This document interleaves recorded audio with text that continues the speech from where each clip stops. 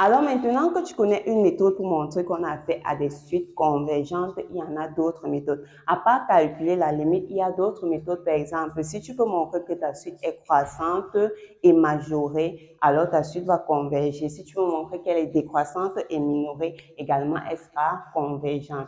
Dans la vidéo 4, c'est notamment pour voir comment est-ce que tu fais pour montrer qu'une suite est majorée, croissante, décroissante, minorée, et ainsi de suite, pour conclure, par exemple, si elle est convergente ou si elle est divergente.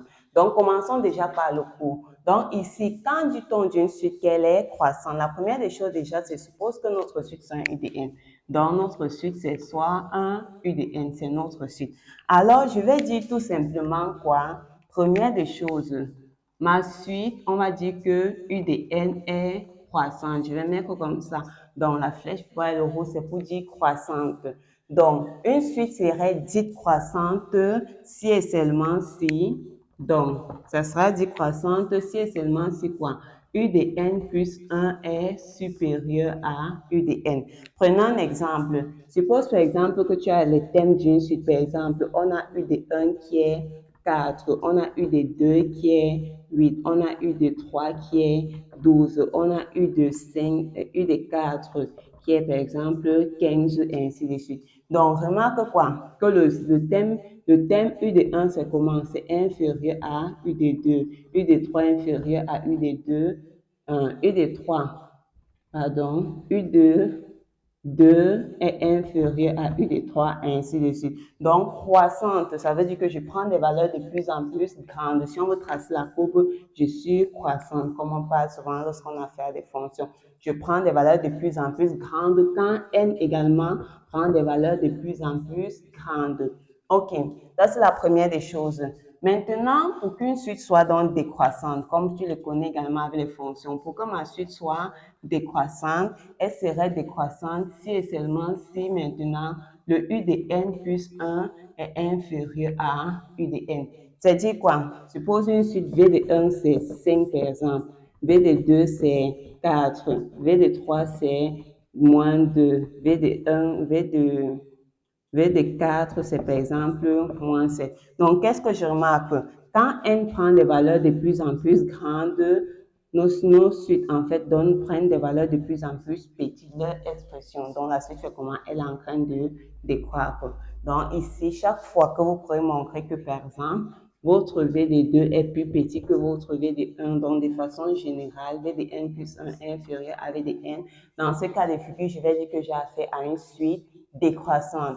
Donc, si on demande par exemple une question, montre que tu as fait une suite décroissante, c'est juste que voici, si tu peux montrer ceci, c'est vrai. Et on va souvent montrer ça par récurrence. On le verra en fait dans l'exercice d'application. OK, à part ceci, on a décroissant, majoré, minoré. Alors, suppose ta suite U de n. Alors, m majoré. Alors, toi-même, lorsqu'on écoute l'expression majorée, lorsqu'elle te dit que quelque chose est majoré, ça veut dire qu'en fait, elle a une plus grande expression. Elle sera majorée si et seulement si, on a tout simplement, si et seulement si, il existe un réel, un A, tel que tu es quoi? Tu es U de n. Donc, elle est comment? Elle est majorée. Il y a une grande valeur, une valeur qu'elle ne peut tout simplement pas dépasser, inférieure ou égale à ce réel. Donc, pour pouvoir montrer qu'une suite est majorée. Par exemple, supposons qu'on s'arrête à ce thème-ci. Donc, on remarque que peu importe la valeur, si on part par exemple, peu importe la valeur de U de n, c'est inférieur ou égal à 15. Donc, majorée, c'est en fait la plus grande valeur. Si on parlait de fonctions, on devait dire le maximum. Donc, je suis majorée. Ça veut dire que toutes mes valeurs doivent être inférieures ou égales à cette valeur-là. Donc, voilà comment on traduit cela. Mes valeurs, les expressions, les valeurs de U de n sont inférieures ou égales à A. Dans ce cas de figure, je dis que U de n est majoré par A. Minoré maintenant, c'est dire quoi? C'est dire qu'il y a une petite valeur, donc une valeur en fait qu'on dépasse toujours. Donc, est minoré, si et seulement si, il va exister, je vais dire B, un réel tel que j'aurai mon U de n est supérieur ou égal à B, minoré. Ça veut dire que toutes les valeurs de mon U de n sont plus petites que cette valeur-là. Donc, voilà les différentes conditions pour montrer que j'ai fait une suite croissante, décroissante, majorée, minorée. Maintenant, chaque fois que vous aurez à faire une suite croissante et majorée, donc je vais dire toute suite croissante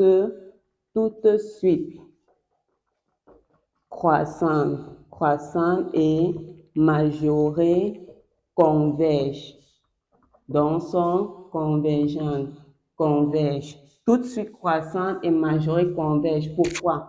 Tu regardes que ta suite prend des valeurs de plus en plus grandes. Si elle prend des valeurs de plus en plus grandes et que ces valeurs-là sont toujours inférieures à 1 an, ça veut dire que lorsque n tend vers plus l'infini, qu'est-ce qu'elle fait? Elle prend des valeurs de plus en plus grandes, mais les valeurs-là ne vont pas dépasser le a là parce qu'elle est majorée par a. Forcément, elle est convergente. De même maintenant, si tu as plutôt une suite qui est décroissante, qui descend quand tu vas prendre des valeurs de n de plus en plus grandes. Donc, on va dire tout de suite décroissante et minorée. Minorée converge. Pourquoi? C'est la même chose. Suppose que ta suite prend des valeurs de plus en plus petites, mais qu'est-ce que je sais? Je sais qu'elle est toujours supérieure ou égale à b. Ça veut dire que même peu importe le fait que quand n monte vers plus l'infini, le u de n fait comment? Il descend, mais il ne dépasse pas la valeur b. Donc, il ne dépasse pas en fait cd. Ça veut dire qu'il forcément il s'arrête là s'il a trop fait.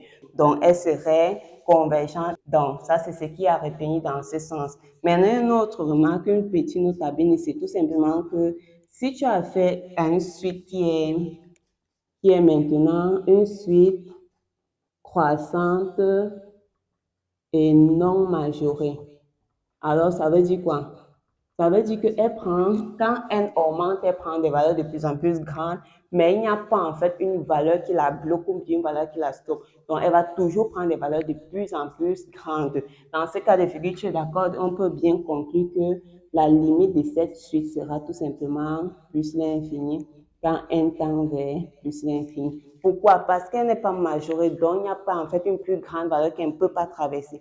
Ce qui fait que vu qu'elle est croissante, elle va continuer à prendre des valeurs de plus en plus grandes. Et la même chose, si elle est maintenant minorée, donc je vais écrire ça ici. Donc, si elle est minorée, une suite décroissante, et non minorée. Minorée, la limite aussi c'est moins l'infini. Lorsque x tend vers l'infini, c'est moins l'infini, on suppose une suite u de n. Donc, quand on dit limite, c'est supposé que c'est la suite u de n. Pourquoi? Regarde, si je te dis que ma suite est décroissante, ça veut dire que quand n prend des valeurs de plus en plus grandes, donc quand je calcule la limite en plus infini, elle fait quoi? Ces valeurs de u de n descendent, sont de plus en plus petites. Mais maintenant, comme elle n'est pas minorée, ça veut dire qu'il n'y a plus une valeur qui est plus, en fait, qu'elle est toujours plus grande que cette valeur-là. Donc, ça fait qu'elle va toujours descendre, prendre des valeurs de plus en plus petites, donc elle va tendre vers moins l'infini. Et dans ce sens, c'est tout ce qui est à retenir. Chaque fois qu'on vous demande de montrer que si une suite est convergente, si tu ne peux pas directement calculer la limite, essaye de voir si tu peux montrer qu'elle est majorée et croissante ou si elle est minorée et décroissante. On va tout simplement passer à l'application à l'aide de notre exercice. Alors, notre exercice nous dit ceci, soit la suite U définie par U0 qui est égal à 1, et pour tout entier naturel n, on a U de n plus 1 qui est égal à racine de 12 plus U de n. À la question A, on nous demande de montrer par récurrence que la suite U est croissante et majorée par 4. Alors, la première des choses, je veux montrer que cette suite est comment? Elle est croissante et majorée par 4. Donc, tu essaies de traduire ça. C'est dit, par exemple, que notre U de n, c'est dit quoi? Je vais dire ma proposition, on a bien dit par récurrent. Donc, première des choses, quelle est la propriété que tu veux montrer? Je veux montrer que pour tout entier naturel, j'ai une suite, comment? Une suite croissante. Or, pour qu'une suite puisse être croissante, il faut que U de n plus 1 soit supérieur à U de n. Comme c'est la suite U, il faudrait que U de n plus 1 soit supérieur à U de n. On a bien dit et, donc je remets le et. Maintenant, majoré par 4, je suis majoré par 4 et U de n est inférieur ou égal à 4. Bien, voici ce qu'on veut démontrer. Allons-y, au rang 0, la plus petite valeur de n c'est 0. Qu'est-ce que je fais? Commençons. J'ai U de 0, je vais les comparer avec U de 1. Si je veux U de 1, c'est quoi? U de 1, c'est racine de 12 plus U de 0. Donc, c'est racine de 12 plus 1, c'est racine de 13. Et je pense qu'on serait tous d'accord pour dire quoi? Racine de 13 est supérieure à 1, ce qui équivaut à dire U de 1 est supérieur à U de 0. Mais ce n'est pas tout. Il faut également montrer ceci. Maintenant, et quoi? Vous êtes d'accord que si je peux dire et, mon 1 est inférieur ou égal à 4, donc et U de 0 est inférieur ou égal à 4. Donc, la propriété est vraie au rang 0. Donc, P de 0, vrai. Bien. Passons à l'hérédité. Supposons notre propriété vraie. Supposons P de n vrai pour n. Pour n appartenant à grand N et montrons que P de n plus 1 l'est aussi. Alors, c'est dit quoi? C'est dit, donc, vous devez toujours traduire pour avoir une idée de ce qu'il faut montrer. C'est-à-dire quoi? Si je suis au rang n plus 1, là où il y a n, je remplace par n plus 1.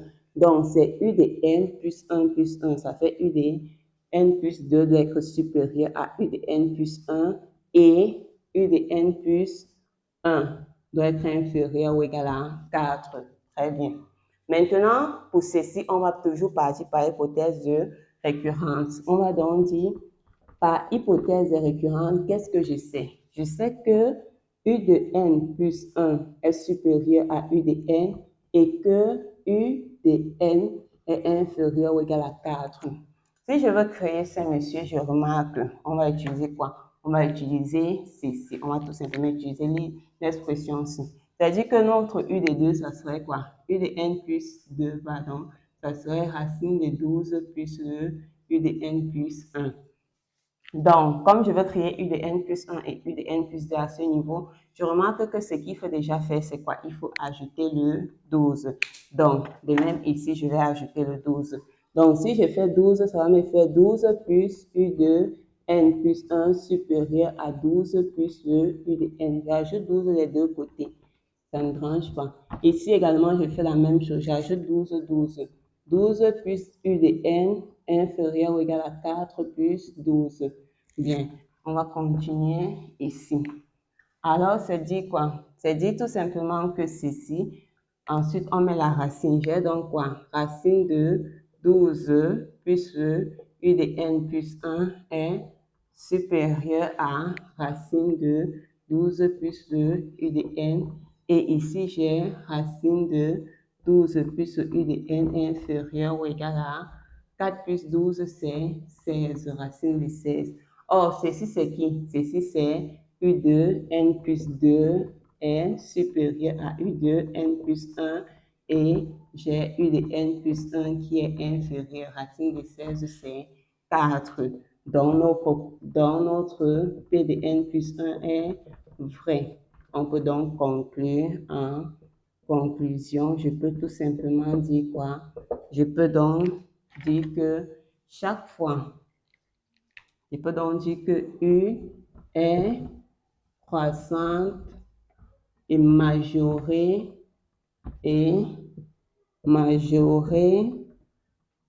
par 4. Et quand on a montré ceci, je peux tout simplement dire donc qu'il s'agit bien d'une suite convergente. Chaque fois que j'ai une suite croissante et majorée, il s'agit bien d'une suite convergente. Maintenant, à la question B, on nous demande de montrer que la suite U est minorée par 0. OK. À la question B, tu veux montrer que la suite U est minorée par 0. Alors, U minorée par 0, c'est dire quoi? C'est dire tout simplement, je traduis, je suis minorée par 0, veut dire U de n doit être supérieur ou égal à 0. Donc, qu'est-ce qu'on peut dire? On peut tout simplement dire, on va utiliser la récurrence. Suppose que j'ai un P de n qui dit que chaque fois que je prends un entier naturel, notre U de n est supérieur ou égal à 0. Si je suis au rang 0, j'ai U de 0, c'est 1. Et vous êtes d'accord pour dire que 1 est supérieur ou égal à 0. Donc, U de 0 est supérieur ou égal à 0. Donc, je peux dire que mon P de 0 est vrai. Ensuite, on va supposons P de n vrai et montrons que P de n plus 1 l'est aussi. C'est-à-dire quoi? Je dois montrer que U de n plus 1 est supérieur à 0. Or, qu'est-ce que j'ai? Par hypothèse de récurrence, je sais que mon U de n est supérieur à 0. Donc, j'écris en utilisant ceci. Donc, tu fais 12 plus le U de n, c'est supérieur à 12. Ensuite, tu mets la racine, c'est supérieur à racine de 12. Or, ceci est supérieur à 0. Donc, j'ai bien U de n plus 1 qui est supérieur à 0. Donc, la propriété P de n plus 1 est vraie. Et la dernière étape, je peux donc conclure que chaque fois qu'il y a un entier naturel, ma fonction est minorée. Donc, en conclusion, c'est tout simplement dire